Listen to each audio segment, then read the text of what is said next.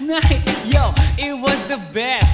I met a pretty girlie na taga-IS. Mayroon siya mga kasama to make it sure. Isa lang ang aking napuna, lahat sila demure. Kaya ang sabi niya, hey Andrew, I would like you to meet my friends. And believe me, lahat sila ay my Mercedes-Benz. This is Anna, this is Karen, this is Tanya, this is Jill. Lahat sila nakatira sa San Lorenzoville among the four. Kay Anna, ako na patingin. At pagkatapos nun si Anna ay biglang lumapit sa akin. Tinanong niya ako, hey Andrew, can I have your number too? Sumagot ako, 801-6722. Okay then, kami nag-party, yo, to the break of dawn. Umuwi ako ng bahay, then natulog ako maghapon. And you know, ako'y ginising, and talagang na-shock, cause nag-ring ang aking phone kaninang 2 o'clock. So I got my wireless telephone. Ang sabi ko, hello? Sumagot siya, hey Andrew, can I ask you, can you go? Ang sabi ko, Anna, go where? Ang sabi niya, come over here. Andrew, let's eat some pizza, and Andrew, let's drink some beer. So after 20 minutes, I was knocking at her door. Nakita ko si Anna, she was lying on the floor. Ako'y kanyang tinawag, and you know, alam niyo ba? Ang sabi niya sa akin, Andrew, Andrew, are you ready na?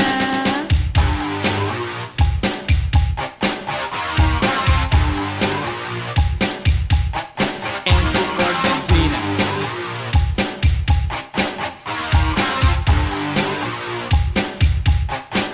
Pagkatapos nun, alam niyo ba? We went to the garage, and ang sabi niya sa akin, Andrew, can you give me a massage? Hinilot ko ang front, pati ang kanyang back. Then Anna squeezed me tight, and then she gave me a smack. But ako'y biglang tinulak, so ako'y napaupo. At ang sabi niya sa akin, Andrew, wag na wag kang tatayo. Lumayo siya sa akin, kaya't ako'y kinabahan. At pagkatapos nun siya ay sumayaw sa harapan.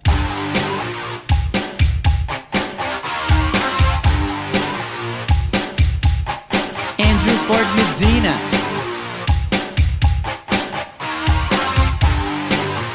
Hey yo DJ, let me hear some scratch. Oh no. Oh yeah.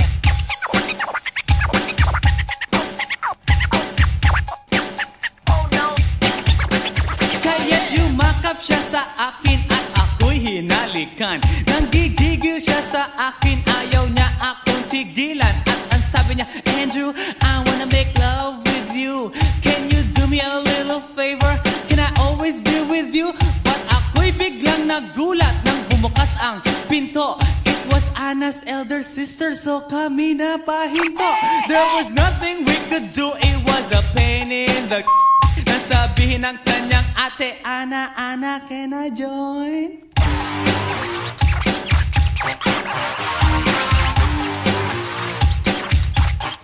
Andrew Ford Medina.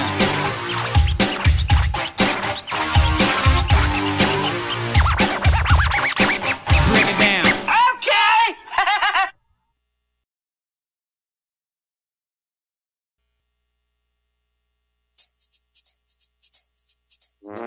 Ay, nako. Ayan, kasi, ang hihilig kasi sa magagandang lalaki. Ang hilig sa magandang babae. O, ano na pala nyo? Eh di wala. Kaya kung ako sa inyo, makinig na lang kayo sa sasabihin ko. Humanap ka ng pangit at ibigin mong tunay. Yan ang dapat mong gawin. Kaya makinig ka sa akin and it goes a little something like this. Kung gusto mong lumigaya ang iyong buhay, humanap ka ng pangit at ibigin mong tunay. Isang pangit na talagang di mo matanggap, at huwag ang lalaki na iyong pangarap. Ngunit kung bakit ko sinabi to'y simple lang, pagkat magagandang lalaki ay naglalaro lang ng iyong oras, pagod, hirap at salapi. Ngunit handang-handang iwanan ka naman sa sandali na ikaw ay wala nang ibigay, di ba? Kaya't pangit na lalaki ang hanapin mo, day. Kung hindi, sige ka, puso mo'y mabibiyak. Mawalay man ang pangit, hindi ka iiyak. Humanap ka ng pangit. Wag na uwi. Wag na Humanap ka ng pangit. Wag na uwi. Wag na Humanap ka ng pangit. Wag na uwi. Ibigin mong tunay. Wag na uwi. Wag na Humanap ka ng pangit. pangit. Wag na, uy. Wag na, wag na, Humanap ka ng pangit, Wag na, uy. ibigin Wag mong na, tunay. wag na, uy. Isang pangit na babae na mayroong pagtingin. Mga liwa ka man, sige lang, andyan pa rin pagkat ikaw talaga ang kanyang pag-aari. Pag-isipan kang iwanan, hindi na maaari. At kung malingat ka man, huwag mag-alala. Sigurado ka naman walang makikipagkilala kung kasama mo siya. Di bali na ang katakutan, okay lang kung ikaw na may paglilingkuran. Kaya para lumigaya ang iyong buhay, humanap ka ng pangit at ibigin mong tunay. Kung hindi, sige ka, puso mo'y mabibiyak. Mawalay man ang pangit, hindi ka iiyak, di ba? Humanap ka ng pangit, Wag na, uy. Wag na, wag na, humanap uy. ka ng pangit, Wag na, uy. Wag na, wag na, humanap uy. ka ng pangit, Wag na, uy. ibigin mong tunay. Wag na, uy. Wag na, wag na, Humanap ka ng pangit, Wag na, uy. Wag na, wag na, humanap ka ng pangit, Wag na, uy. Wag na, wag na, humanap ka ng pangit, Wag na, uy. ibigin Wag mong na, wag na, tunay. uy. Sasabihin ko sa inyo kung anong nangyari nang may na-date akong isang pangit na babae. Manliligaw daw niya ay talaga ang daming, ngunit nang siya'y nakita ko mukha siyang lalaki. At sa akin ay matatawa ka talaga pagkat kahawig na kahawig niya si Zoraida. Maniwala ka't ako'y napaibig niya. Bakit? Eh kasi ang bait-bait niya. Lahat ng aking hilingin di tumatanggi. Palagi siyang nakahalik sa aking pisngi. Ako'y shock. Araw-araw na tuwing kasama ko siya, gusto ko sumigaw, gusto ko iwanan siya, ngunit ako'y nag-isip, ito ba'y totoo o isang panaginip? Di siya maganda, ngunit ako'y kanyang hari. Iyan ba dahilan kaya't kasama mo palagi? Sabihin man nila na ako'y mangmang, para sa aking kagandahan ay hanggang balat lamang. At sa inyo mayroon akong ibubulong. Second anniversary na namin to, chong. Kaya't para lumigaya ang iyong buhay, humanap ka ng pangit at ibigin mong tunay. Kung hindi, sige ka, puso mo'y mabibiyak. Mawalay man ang pangit, hindi ka iiyak. Sige na nga. Humanap ka ng pangit, humanap ka ng pangit, humanap ka ng pangit, ibigin mong tunay. Sige na nga. Humanap ka ng pangit, humanap ka ng pangit, humanap ka ng pangit, ibigin mong tunay. So you better watch out, you better not cry, you better not pout, I'm telling you why. Humanap ka ng pangit at ibigin mong tunay. Cause the girls and the guys, they tell you all lies. You have to find out who's naughty, who's nice. Humanap ka ng pangit at ibigin mong tunay. Break it down.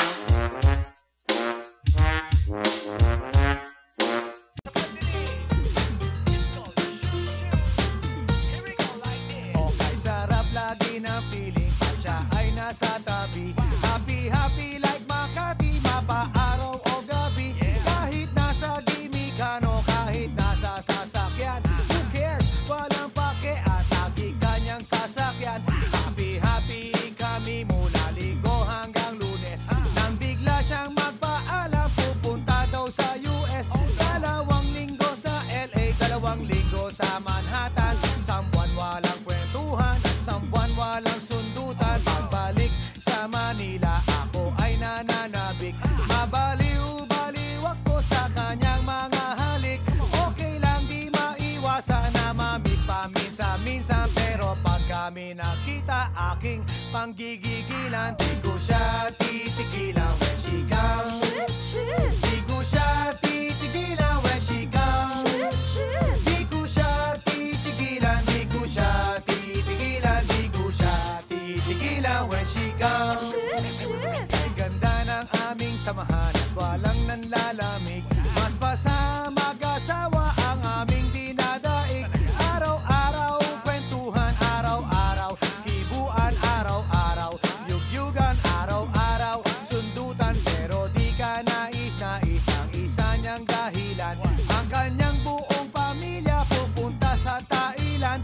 Wala akong kakwentuhan, wala akong kasundutan. Kaya ang aking kuwan matamlay isang buwan. So sa pagbalik sa PI, gusto lang naghihintay. Susugurin ko siya at lintik lang ang walang latay. Para akong ipo-ipo kahit di siya bagong ligo. Uubusin, tatapusin at wala nang hipo-hipo. Di ko siya titigilan when she comes. Di ko siya titigilan when she comes. Di ko siya titigilan, di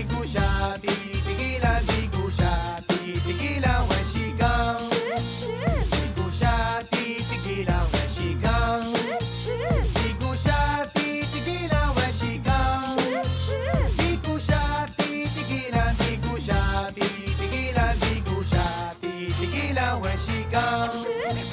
Kala ko ay okay na at wala na bang aberya, nang bigla siyang pag-aralin sa London ng nanay niya. Magmamaster siya sa England, 1 year siyang mawawala. Gusto ko man siyang pigilan, na akong magagawa. Sa taon siya mag-aaral, ang lungkot ano ba yan? Sa taong walang kwentuhan at wala ring sundutan. Habang siya ay nasa London, ako ay nandiliit. Para bang ibong barako na walang ibong katwit.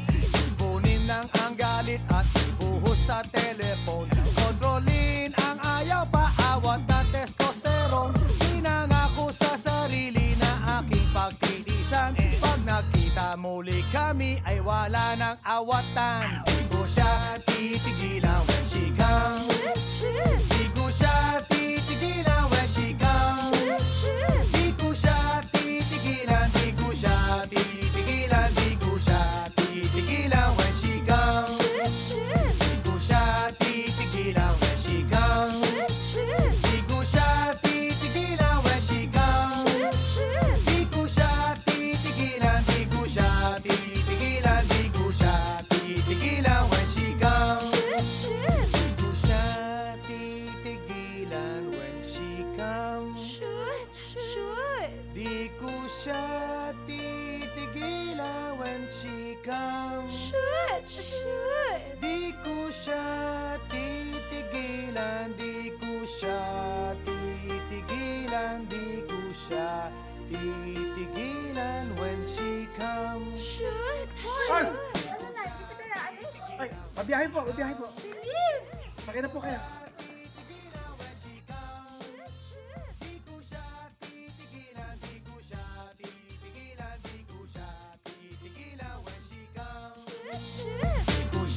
titigilan when she comes. Di ko siya titigilan when she comes. Di ko siya titigilan, di ko siya titigilan, di ko siya titigilan when she comes.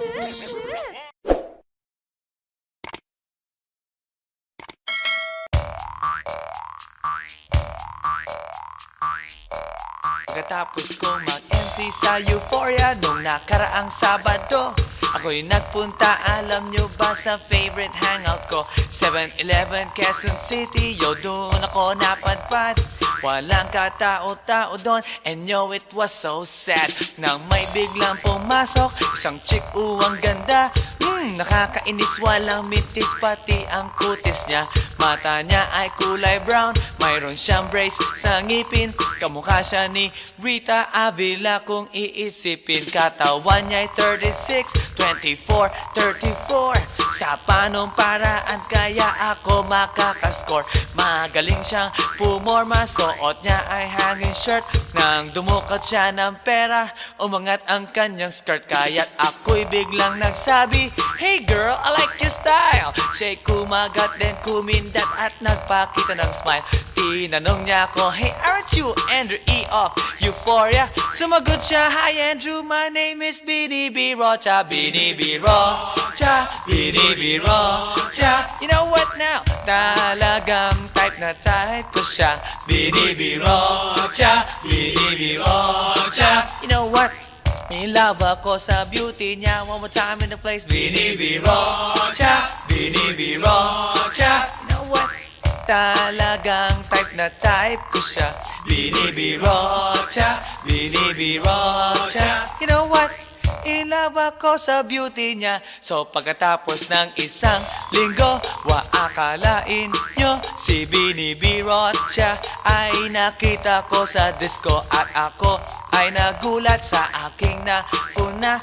Oh my God, ang kasama niya ay lima-lima. Ang sabi ko, "Hi Bini, can you still remember me?" Siya'y nagulat na bigla na pasigaw, "Andrew E." Sumama siya sa akin, o anong sa inyo?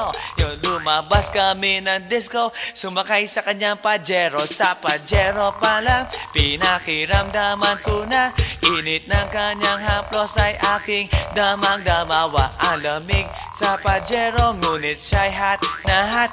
Gilid ng aking tenga'y pilit niyang kinakagat. At sa tulong ng kanyang labi, ako ay kiniliti.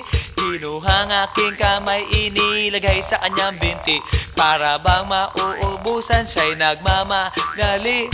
Pumatong siya sa akin at siya'y napangiti. Binibiro siya, binibiro siya. You know what? Talagang type na type ko siya. Binibiro siya, binibiro siya. You know what? In love ako sa beauty niya. One more time in the place. Binibiro siya, binibiro siya. Yeah. Talagang type na type ko siya. Binibiro siya, binibiro siya. You know what? In love ako sa beauty niya. Break it down. Alright!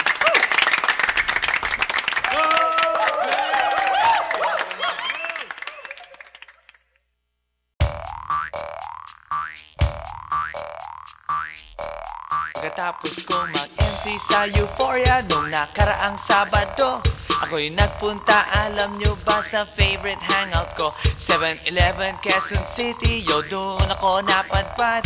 Walang katao-tao doon, and yo, it was so sad nang may biglang pumasok isang chick, ang ganda. Nakakainis, walang mintis, pati ang kutis niya. Mata niya ay kulay brown, mayroon siyang brace sa ngipin. Kamukha siya ni Rita Avila kung iisipin. Katawan niya ay 36, 24, 34. Sa panong paraan kaya ako makakascore. Magaling siyang pumorma, suot niya ay hanging shirt.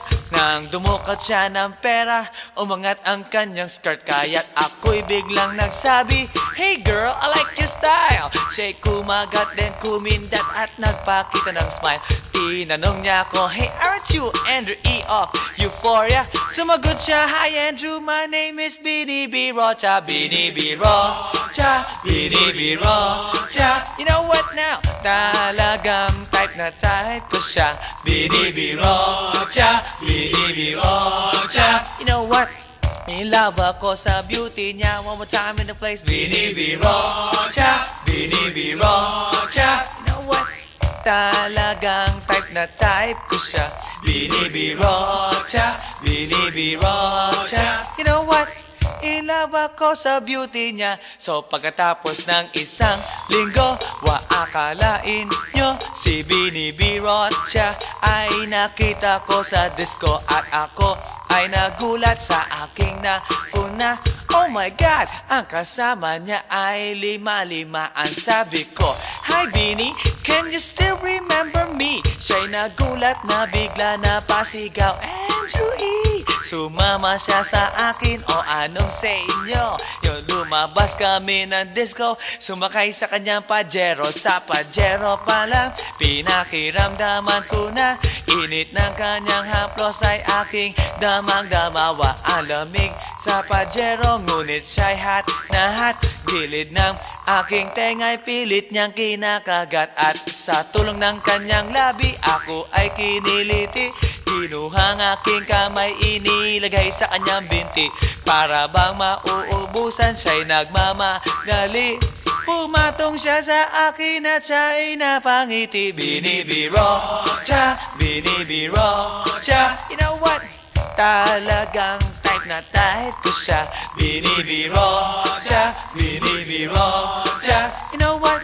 In love ako sa beauty niya. One more time in the place. Binibiro siya, binibiro siya. Yeah. Talagang type na type ko siya.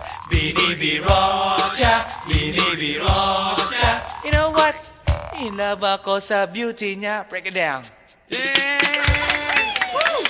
Alright!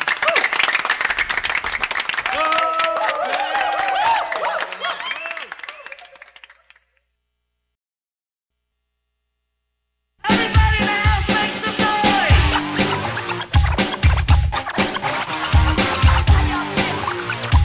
Feel out there.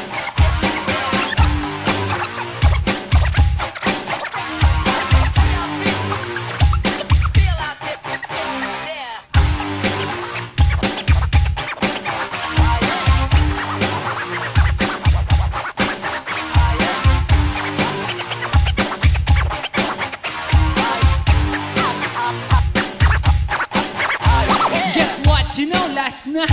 Yo, it was the best.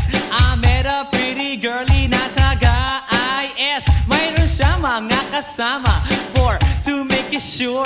Isa lang ang aking napuna, lahat sila demure. Kaya ang sabi niya, hey Andrew, I would like you to meet my friends. And believe me, lahat sila ay my Mercedes-Benz. This is Anna, this is Karen, this is Tanya, this is Jill. Lahat sila nakatira sa San Lorenzoville among the four. Kay Anna, ako na patingin. At pagkatapos nun si Anna ay biglang lumapit sa akin. Tinanong niya ako, hey Andrew, can I have your number too? Sumagot ako, 801-6722. Okay then, kami nag-party, yo, to the break of dawn. Umuwi ako ng bahay, then natulog ako maghapon. And you know, ako'y ginising, and talagang na-shock, cause nag-ring ang aking phone kaninang 2 o'clock. So I got my wireless telephone, ang sabi ko, hello? Sumagot siya, hey Andrew, can I ask you, can you go? Ang sabi ko, Anna, go where? Ang sabi niya, come over here. Andrew, let's eat some pizza, and Andrew, let's drink some beer. So after 20 minutes, I was knocking at her door. Nakita ko si Anna, she was lying on the floor. Ako'y kanyang tinawag, and you know, alam niyo ba? Ang sabi niya sa akin, Andrew, Andrew, are you ready na?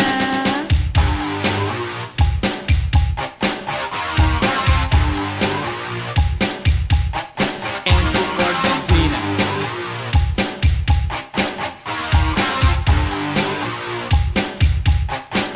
Pagkatapos nun, alam niyo ba? We went to the garage, and ang sabi niya sa akin, Andrew, can you give me a massage? Hinilot ko ang front, pati ang kanyang back. Then Anna squeezed me tight, and then she gave me a smack. But ako'y biglang tinulak, so ako'y napaupo.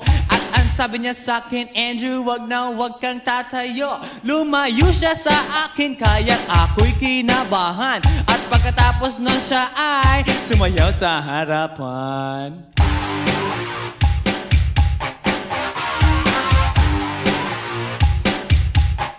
Andrew Ford Medina.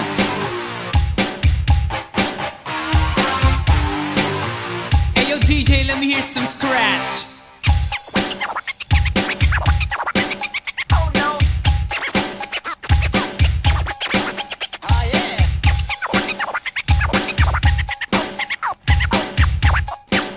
Oh no.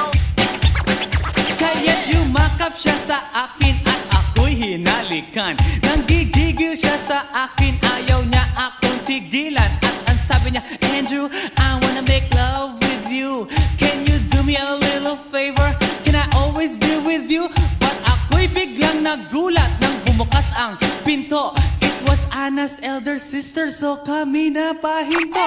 There was nothing we could do, it was a pain in the nasabihin ng kanyang ate, Anna, Anna, can I join?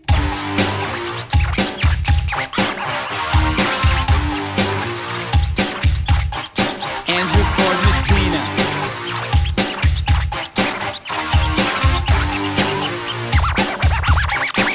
Bring it down. Okay.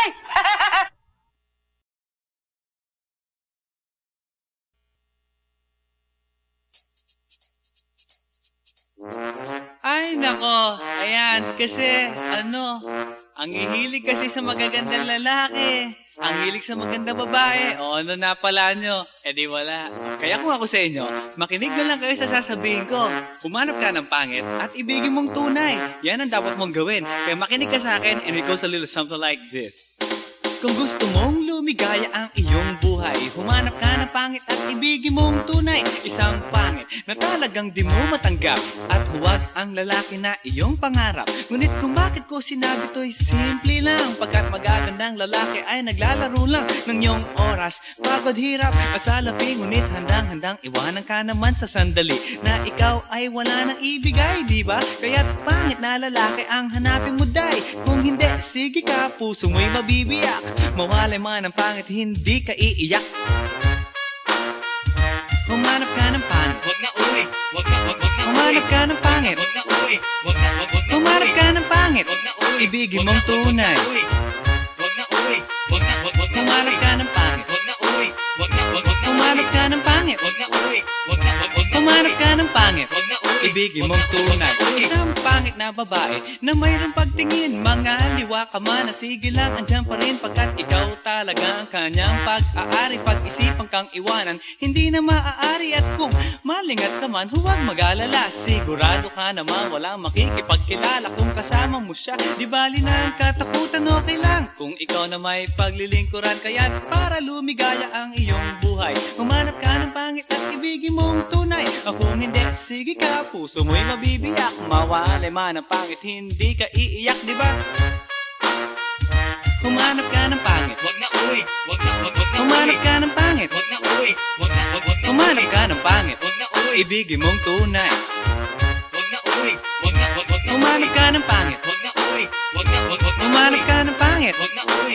Wag na, wag na, humanap uy. ka ng pangit, Wag na, uy. ibigin Wag mong na, wag na, tunay. uy. Sasabihin ko sa inyo kung anong nangyari nang may na-date akong isang pangit na babae. Manliligaw daw niya ay talagang ang daming, ngunit nang siya'y nakita ko mukha siyang lalaki. At sa akin ay matatawa ka talaga pagkat kahawig na kahawig niya si Zoraida. Maniwala ka't ako'y napaibig niya.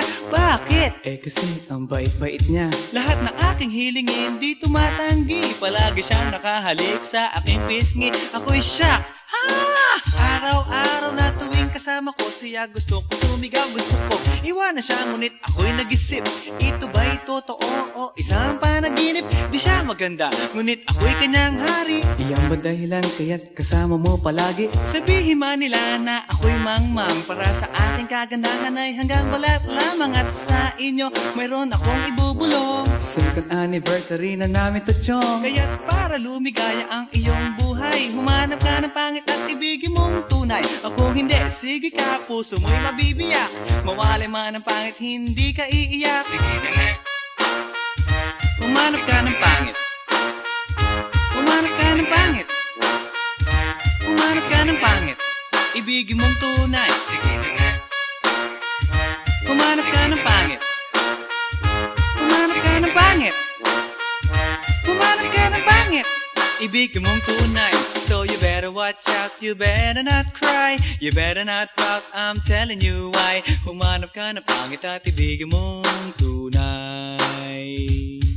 Cause the girls and the guys, they tell you all lies. You have to find out who's naughty, who's nice. Humanap ka ng pangit at ibigin mong tunay. Break it down.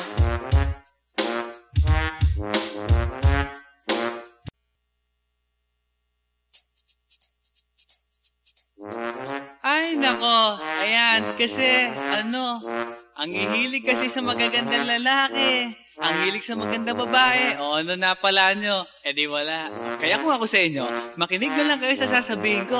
Humanap ka ng pangit at ibigin mong tunay. Yan ang dapat mong gawin. Kaya makinig ka sa akin and it goes a little something like this.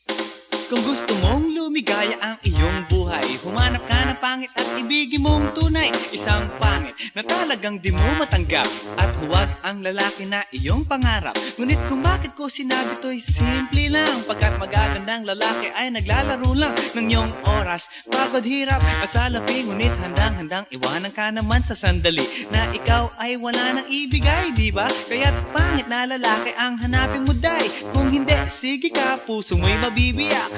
Mawalay man ang pangit, hindi ka iiyak. Humanap ka ng pangit, Wag na, uy. Wag na, wag na, uy. humanap ka ng pangit, Wag na, uy. Wag na, wag na, humanap uy. ka ng pangit, Wag na, uy. ibigin Wag mong na, wag na, tunay. uy. Wag na, uy. Wag na, wag na, Humanap uy. ka ng pangit, Wag na, uy. Wag na, wag na, humanap uy. ka ng pangit, Wag na, uy. Wag na, wag na, humanap uy. ka ng pangit, Wag na, uy. ibigin Wag mong na, wag tunay. na, uy. Isang pangit na babae na mayroong pagtingin, mga liwa ka man, sige lang, andyan pa rin pagkat ikaw talaga ang kanyang pag-aari. Pag-isipan kang iwanan, hindi na maaari. At kung malingat ka man, huwag mag-alala. Sigurado ka naman walang makikipagkilala. Kung kasama mo siya, di bali na ang katakutan, okay lang. Kung ikaw na may paglilingkuran, kaya't para lumigaya ang iyong buhay, humanap ka ng pangit at ibigin mong tunay. Kung hindi, sige ka, puso mo'y mabibiyak. Mawalay man ang pangit, hindi ka iiyak, di ba? Humanap ka ng pangit, Wag na, uy. Wag na, wag na, humanap uy. ka ng pangit, Wag na, uy. Wag na, wag na, humanap uy. ka ng pangit, Wag na, uy. ibigin mong tunay. Wag na, uy. Wag na, wag na, Humanap uy. ka ng pangit, Wag na, uy. Wag na, wag Umanap ka ng pangit. Wag na, uy. Wag na, wag na, Umanap ka ng pangit. Wag na, uy. Ibigin Wag mong na, uy. tunay. Wag na, uy. Sasabihin ko sa inyo kung anong nangyari nang may na-date akong isang pangit na babae. Manliligaw daw niya ay talaga ang daming ngunit ng shy. Nakita ko mukha siyang lalaki at sa akin ay matatawa ka talaga pagkat kahawig na kahawig niya si Zoraida. Maniwala ka't ako'y napaibig niya. Bakit? Eh kasi ang bait-bait niya. Lahat ng aking hilingin di tumatanggi. Palagi siyang nakahalik sa aking pisngi. Ako'y shock. Araw-araw na tuwing kasama ko siya, gusto ko sumigaw, gusto ko iwanan siya, ngunit ako'y nag-isip, ito ba'y totoo o isang panaginip? Di siya maganda, ngunit ako'y kanyang hari. Iyan ba dahilan kaya't kasama mo palagi? Sabihin man nila na ako'y mangmang, para sa aking kagandahan ay hanggang balat lamang. At sa inyo mayroon akong ibubulong. Second anniversary na namin to, chong. Kaya't para lumigaya ang iyong buhay, humanap ka ng pangit at ibigin mong tunay. Ako hindi, sige ka, puso mo'y mabibiyak. Mawalay man ang pangit, hindi ka iiyak. Sige na nga. Humanap ka ng pangit. Humanap ka ng pangit. Humanap ka ng pangit. Ibigin mong tunay. Sige na nga. Humanap ka ng pangit. Humanap ka ng pangit. Humanap ka ng pangit. Ibigin mong tunay. So you better watch out, you better not cry, you better not pout, I'm telling you why. Humanap ka ng pangit at ibigin mong tunay. Cause the girls and the guys, they tell you all lies. You have to find out who's naughty, who's nice. Humanap ka ng pangit at ibigin mong tunay. Break it down.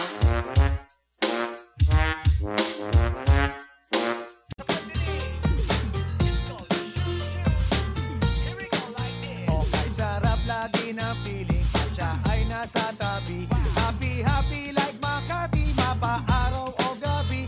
Kahit nasa gimikano, kahit nasa sasakyan. Who cares? Walang pake at lagi kanyang sasakyan. Happy, happy kami mula Linggo hanggang Lunes.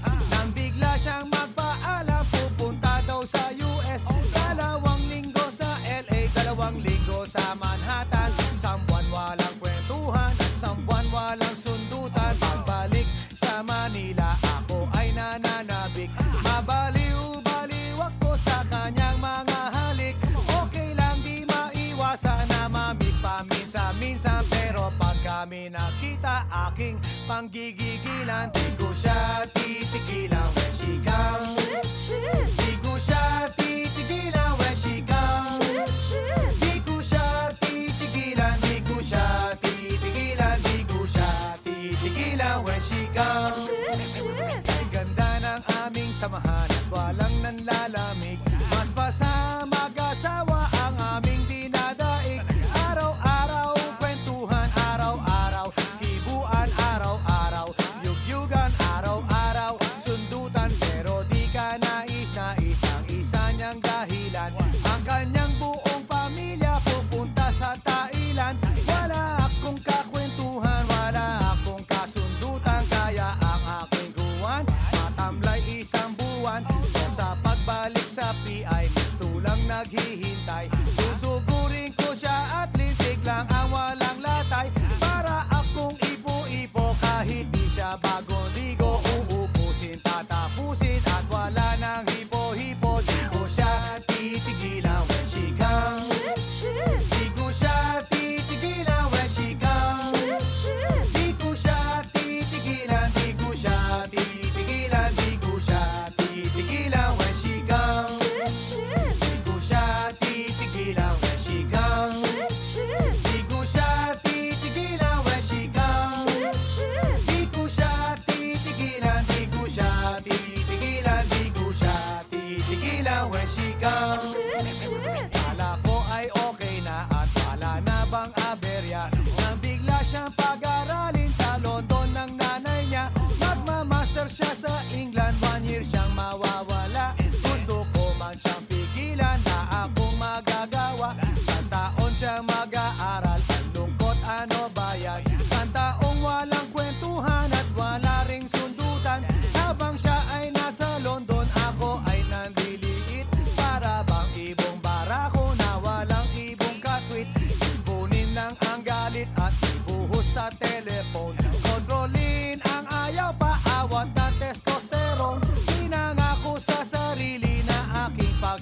minsan pag nakita muli kami ay wala nang awatan. Di ko siya titigilan when she comes.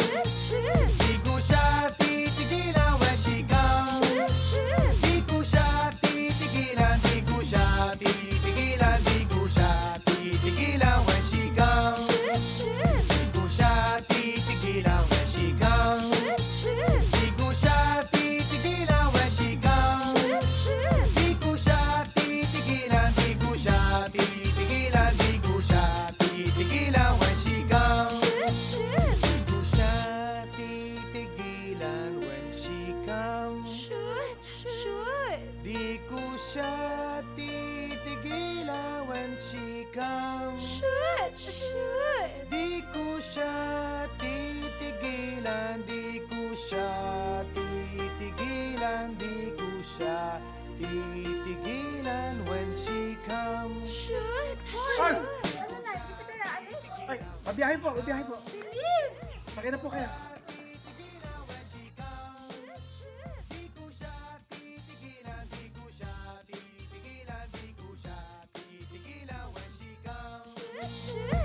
siya titigilan when she comes.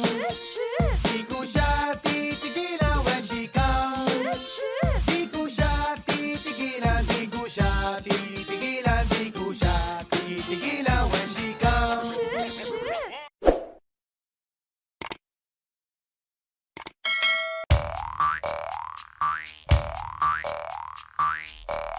Pagkatapos kong mag-MC sa Euphoria nung nakaraang Sabado, ako'y nagpunta, alam nyo ba, sa favorite hangout ko, 7-Eleven, Quezon City. Yo, doon ako napadpad, walang katao-tao doon, and yo, it was so sad nang may biglang pumasok isang chick, ang ganda. Nakakainis, walang mintis, pati ang kutis niya. Mata niya ay kulay brown, mayroon siyang brace sa ngipin. Kamukha siya ni Rita Avila kung iisipin. Katawan niya ay 36, 24, 34. Sa panong paraan kaya ako makakascore. Magaling siyang pumorma, suot niya ay hanging shirt. Nang dumukot siya ng pera, umangat ang kanyang skirt. Kaya't ako'y biglang nagsabi, "Hey girl, I like your style." Siya'y kumagat, then kumindat at nagpakita ng smile. Tinanong niya ako, "Hey, aren't you Andrew E. of Euphoria?" Sumagot siya, "Hi Andrew, my name is Bini B. Rocha." Bini B. Rocha, Bini B. Rocha. You know what now? Talagang type na type ko siya. Bini B. Rocha, Bini B. Rocha. You know what? In love ako sa beauty niya. One more time in the place. Bini B. Rocha, Bini B. Rocha. You know what? Talagang type na type ko siya. Bini B. Rocha, Bini B. Rocha. You know what? In love ako sa beauty niya. So pagkatapos ng isang linggo, akalain nyo si Bini B. Rocha ay nakita ko sa disco. At ako ay nagulat sa aking napuna. Oh my God, ang kasama niya ay lima-limaan. Sabi ko, "Hi Bini, can you still remember me?" Siya'y nagulat na bigla na pasigaw, "Andrew E." Sumama siya sa akin, o anong sa inyo? Yung lumabas kami ng disco, sumakay sa kanyang Pajero. Sa Pajero pa lang, pinakiramdaman ko na init ng kanyang haplos ay aking damang-damawa. Ang lamig sa Pajero, ngunit siya'y hot na hot. Gilid ng aking tenga'y pilit niyang kinakagat. At sa tulong ng kanyang labi, ako ay kiniliti. Kinuha ang aking kamay, inilagay sa kanyang binti. Para bang mauubusan, siya'y nagmamagali. Pumatong siya sa akin at siya'y napangiti. Bini B. Rocha, Bini B. Rocha. You know what? Talagang type na type ko siya. Bini B. Rocha, Bini B. Rocha. You know what? In love ako sa beauty niya. One more time in the place. Bini B. Rocha, Bini B. Rocha. Yeah. Talagang type na type ko siya. Bini B. Rocha, Bini B. Rocha. You know what? In love ako sa beauty niya. Break it down. Yeah! Woo! Alright!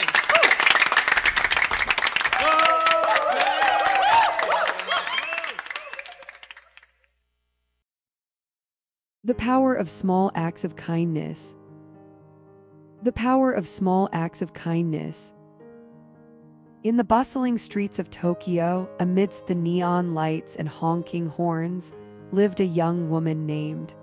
Her life was ordinary until she stumbled upon a mysterious old man who claimed to have witnessed her birth. As she grew older, realized that this stranger had been watching over her every day, silently guiding her through life's challenges.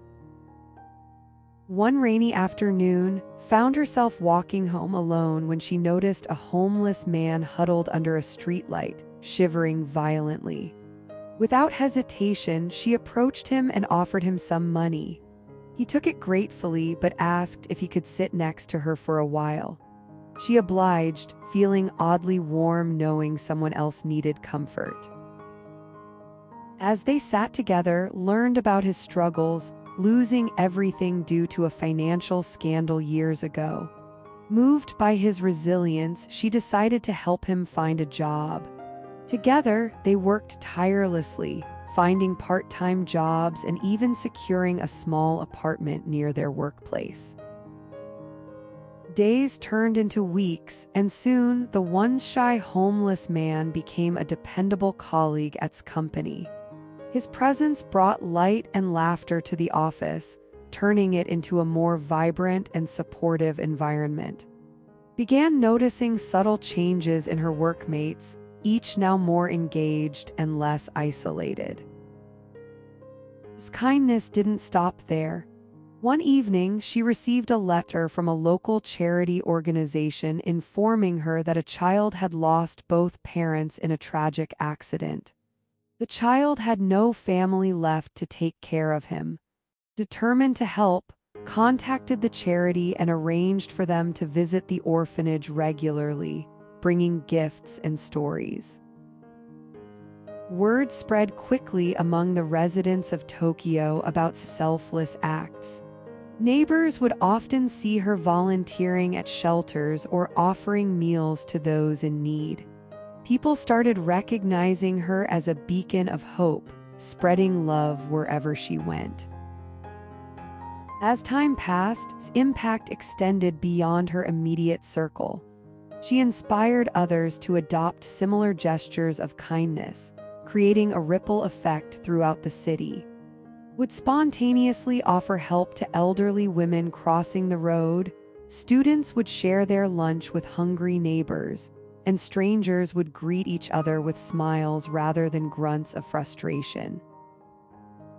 Herself continued to embody the power of small acts of kindness, always ready to lend a helping hand. Her journey taught her that true strength comes from within, yet can also be amplified by the actions we take towards others. In the end, his legacy remained etched in the hearts of countless people. Through her example, Tokyo became a city filled with compassion, understanding, and unity, a testament to the transformative power of simple, unassuming acts of kindness.